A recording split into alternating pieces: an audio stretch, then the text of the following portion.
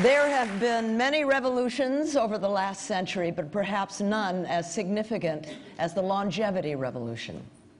We are living, on average today, 34 years longer than our great-grandparents did. Think about that. That's an entire second adult lifetime that's been added to our lifespan.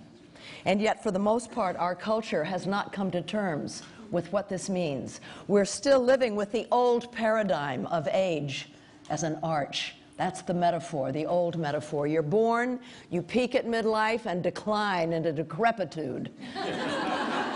Age as pathology. But many people today, philosophers, artists, doctors, scientists, are taking a new look at what I call the third act, the last 3 decades of life. They realize that this is actually a developmental stage of life with its own significance, as different from midlife as adolescence is from childhood. And they are asking, we should all be asking, how do we use this time? How do we live it successfully? What is the appropriate new metaphor for aging? I've spent the last year researching and writing about this subject, and I have come to find that a more appropriate metaphor for aging is a staircase. The upward ascension of the human spirit, bringing us into wisdom, wholeness, and authenticity. Age not at all as pathology, age as potential. And guess what? This potential is not for the lucky few. It turns out most people over 50 feel better, are less stressed, less hostile, less anxious. We tend to see commonalities more than differences. Some of the studies even say we're happier. This is not what I expected, trust me. I come from a long line of depressives. As I was approaching my late 40s, when I would wake up in the morning, my first 6 thoughts would all be negative. And I got scared. I thought, oh my gosh, I'm going to become a crotchety old lady. But now that I am actually smack dab in the middle of my own third act, I realize I've never been happier. I have such a powerful feeling of well-being. And I've discovered that when you're inside oldness, as opposed to looking at it from the outside, fear subsides. You realize you're still yourself, maybe even more so.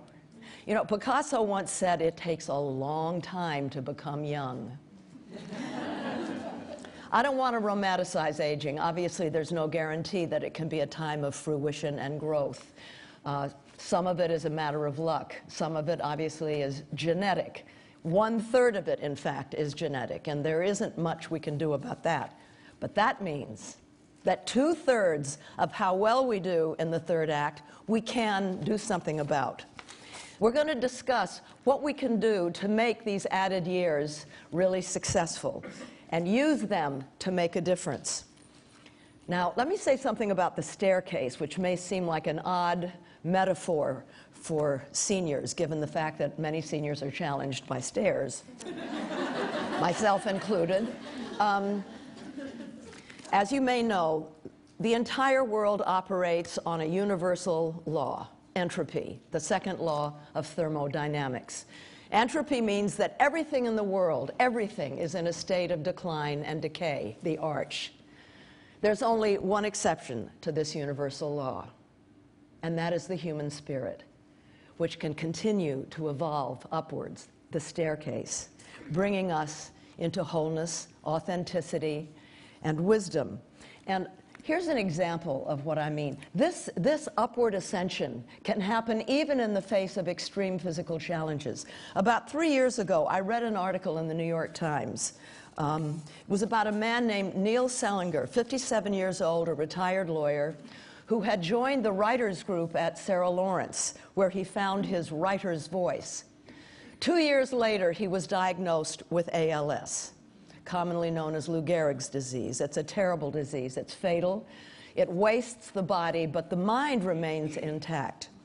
In this article, Mr. Selinger wrote the following: to describe what was happening to him. And I quote, "As my muscles weakened, my writing became stronger. As I slowly lost my speech, I gained my voice. As I diminished, I grew.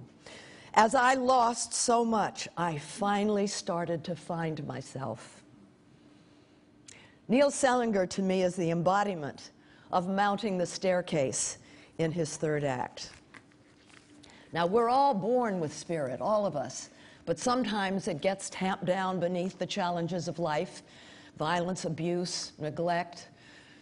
Perhaps our parents suffered from depression.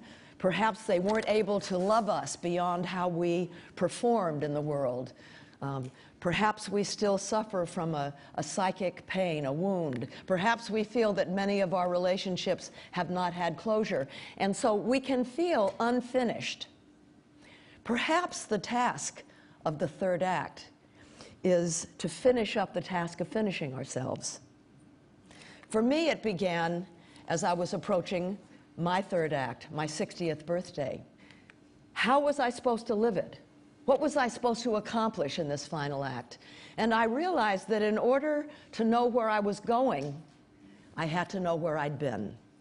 And so I went back and I studied my first two acts, trying to see who I was then, who I really was, not who my parents or other people told me I was or treated me like I was, but who was I? Who were my parents? Not as parents, but as people.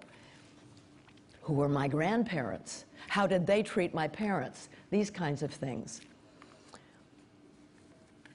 I discovered a couple of years later that this process that I had gone through is called by psychologists doing a life review, and they say it can give new significance and clarity and meaning to a person's life. You may discover, as I did, that a lot of things that you used to think were your fault, a lot of things that you used to think about yourself, really had nothing to do with you. It wasn't your fault. You're just fine. And you're able to go back and forgive them and forgive yourself. You're able to free yourself from your past. You can work to change your relationship to your past. Now, while I was writing about this, I came upon a book called Man's Search for Meaning by Viktor Frankl. Viktor Frankl was a German psychiatrist who'd spent 5 years in a Nazi concentration camp. And he wrote that while he was in the camp, he could tell, should they ever be released, which of the people would be okay and which would not. And he wrote this: "Everything you have in life can be taken from you except one thing: your freedom to choose how you will respond to the situation. This is what determines the quality of the life we've lived, not whether we've been rich or poor, famous or unknown, healthy or suffering. What determines our quality of life is how we relate to these realities, what kind of meaning we assign them, what kind of attitude we cling to about them, what state of mind we allow them to trigger." Perhaps the central purpose of the third act is to go back and to try, if appropriate, to change our relationship to the past. It turns out that cognitive research shows when we are able to do this, it manifests neurologically.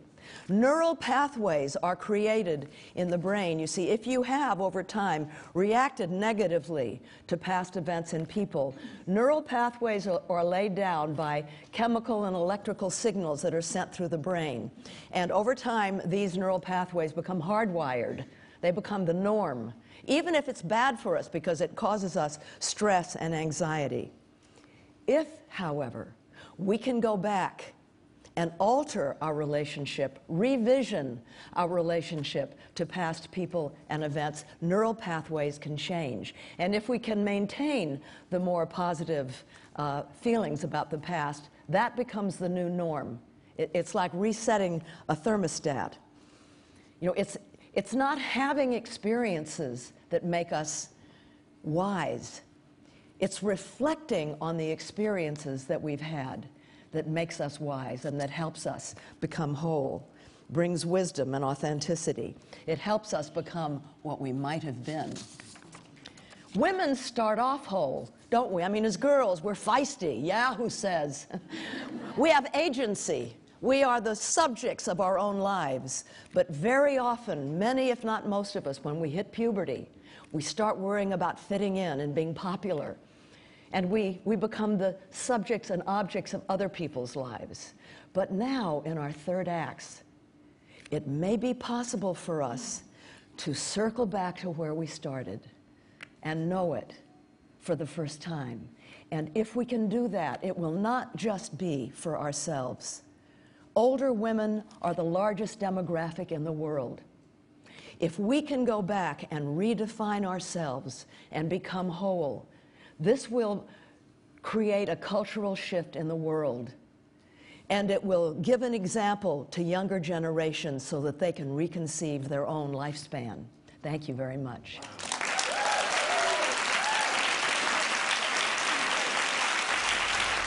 Thank you.